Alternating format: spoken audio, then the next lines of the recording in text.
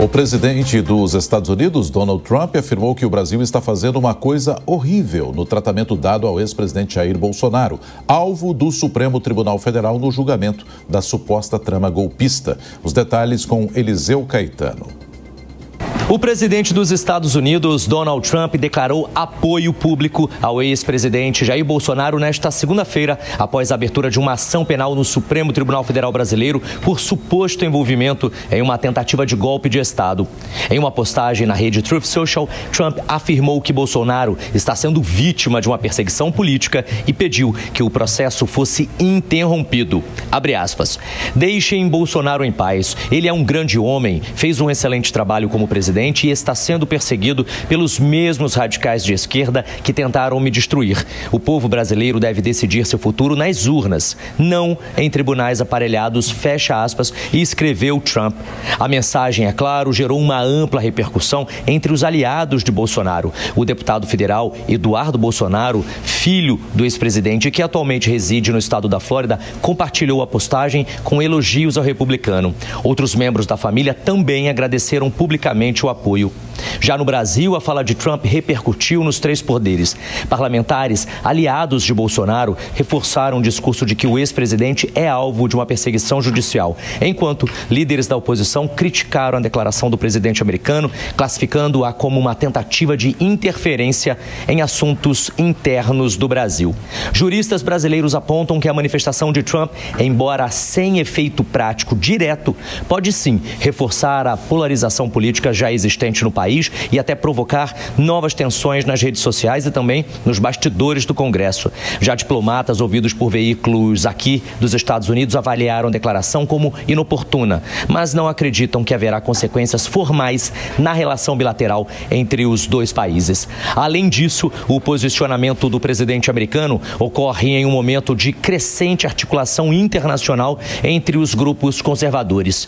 A defesa de Bolsonaro é vista por analistas como um aceno político à base eleitoral de Trump, com foco nas eleições legislativas americanas e também na manutenção de alianças com figuras populistas no exterior.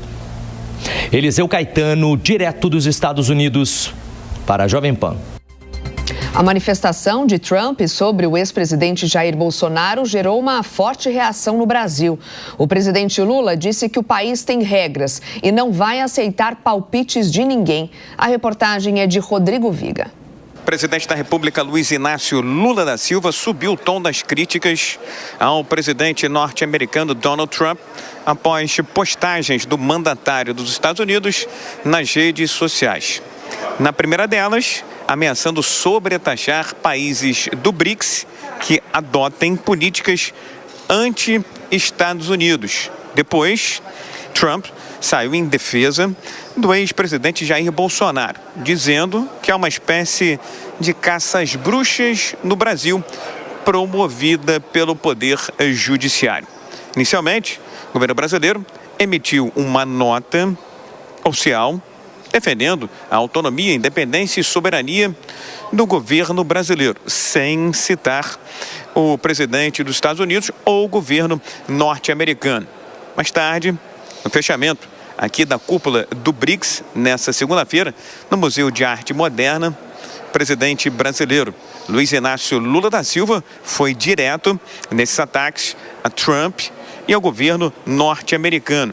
Disse claramente que não vai aceitar qualquer tipo de interferência e que Trump tem de tomar conta da vida e do país dele, que o Brasil não vai aceitar qualquer tipo de palpite por alguém de fora. Esse país tem lei, esse país tem regra, e esse país tem um dono chamado povo brasileiro. Portanto, dei palpite na sua vida e não na nossa. O presidente da República, Luiz Inácio Lula da Silva, acrescentou na entrevista coletiva para a imprensa nacional e estrangeira, após o fechamento da cúpula do BRICS, que o bloco está incomodando muita gente. E talvez por isso surjam esses tipos de manifestações, como a do presidente dos Estados Unidos, Donald Trump. Segundo Lula, o BRICS não nasceu para afrontar ninguém, e sim quer criar um novo jeito de se fazer multilateralismo no planeta. Nos BRICS, a gente tem convicção que a gente não quer mais um mundo tutelado. A gente não quer mais Guerra Fria. A gente não quer mais desrespeito à soberania. A gente não quer mais guerra. E é por isso que a gente está discutindo com muita profundidade a necessidade de mudança estrutural, inclusive no Estatuto da ONU. O presidente da República, Luiz Inácio Lula da Silva, renovou também as críticas à Organização das Nações Unidas. Reiterou pedidos para reforma do Conselho de Segurança. Beleza. Disse que a ONU não é mais um palco de debate, virou uma espécie de shopping de ideologias. Sobre a inteligência artificial, Lula disse que ela não pode ser um novo instrumento de dominação de ricos sobre países pobres. Do Rio, Rodrigo Viega. Vários pontos aqui para a gente destacar nessa nossa primeira análise do Jornal da Manhã. Hoje conosco a Deise Chiocari, daqui a pouquinho o José Maria Trindade, direto de Brasília, também nos junta a nós. Deise, muito bom dia para você. Bom, são vários pontos aí para sua análise, mas eu queria que você trouxesse aí como que você vê essa reação do Brasil diante de algumas ameaças feitas por Donald Trump, né? Esse posicionamento também em defesa do ex-presidente Jair Bolsonaro. Podemos esperar, de fato, algum efeito político ou foi algo mais simbólico e estratégico? Mas, de fato, algo deixou Donald Trump bastante irritado. Talvez será aquela moeda local, a substituição de dólar, que mais tem amedrontado Donald Trump? Olha, Soraya, foi muito mais simbólico, tá? Teve uma interferência internacional aí? Teve uma bajulação estratégica? Teve também. Agora, esse aceno do Trump ao Bolsonaro, ele foi muito mais um espelho e menos uma defesa dele ao Bolsonaro. E por que eu falo isso? Porque os dois estão acuados por processos legais e os dois tentam transformar esses processos legais em narrativas políticas. Bom dia para você, bom dia para o Nonato, bom dia para a audiência da Jovem Pan.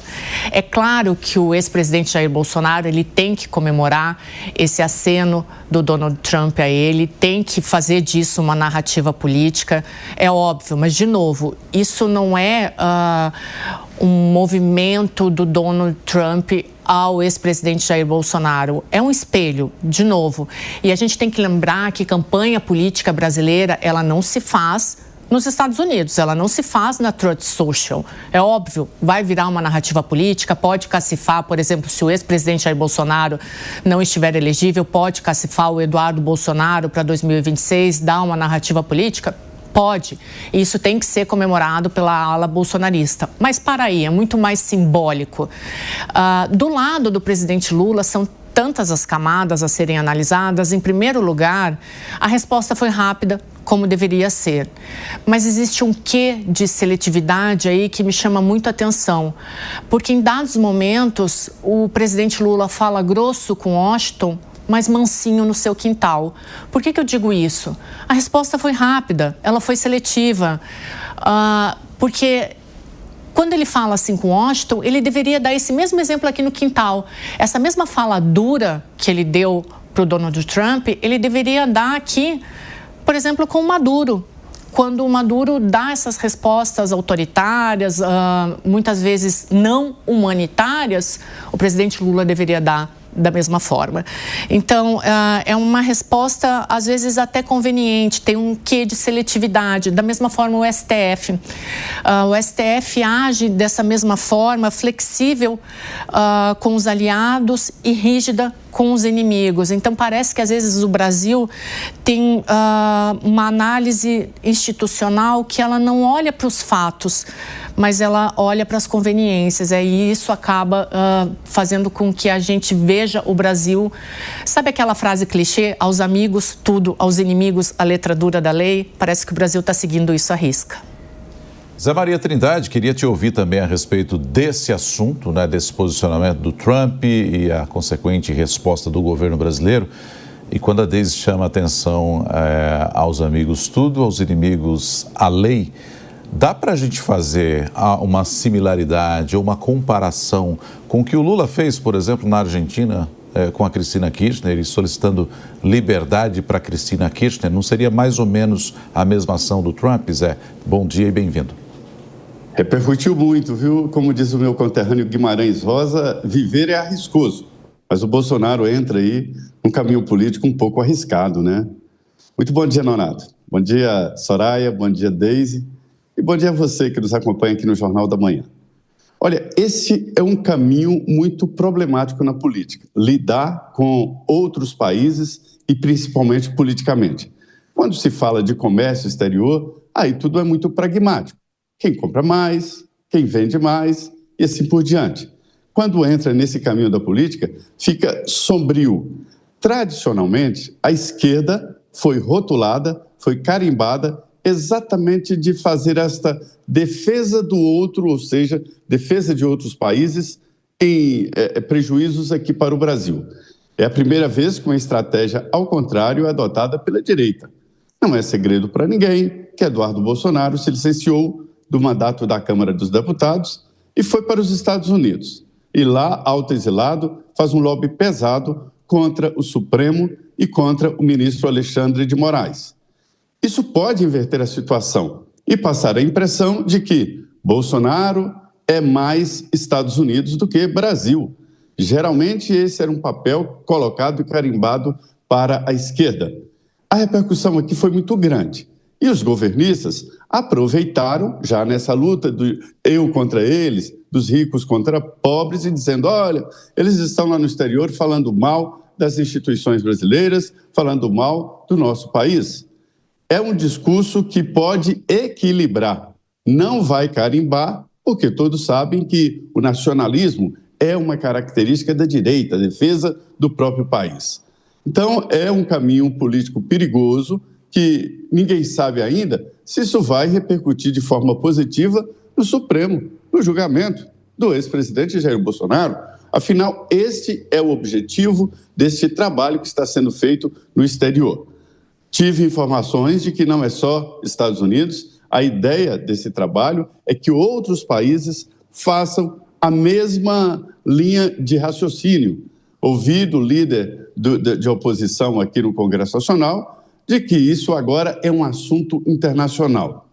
Pode ser um debate leve, mas o assunto é nacional e do Supremo Tribunal Federal. Ou seja, como diz Guimarães Rosa, viver é arriscoso, mas na política é muito mais, né? Todo dia tem uma encruzilhada.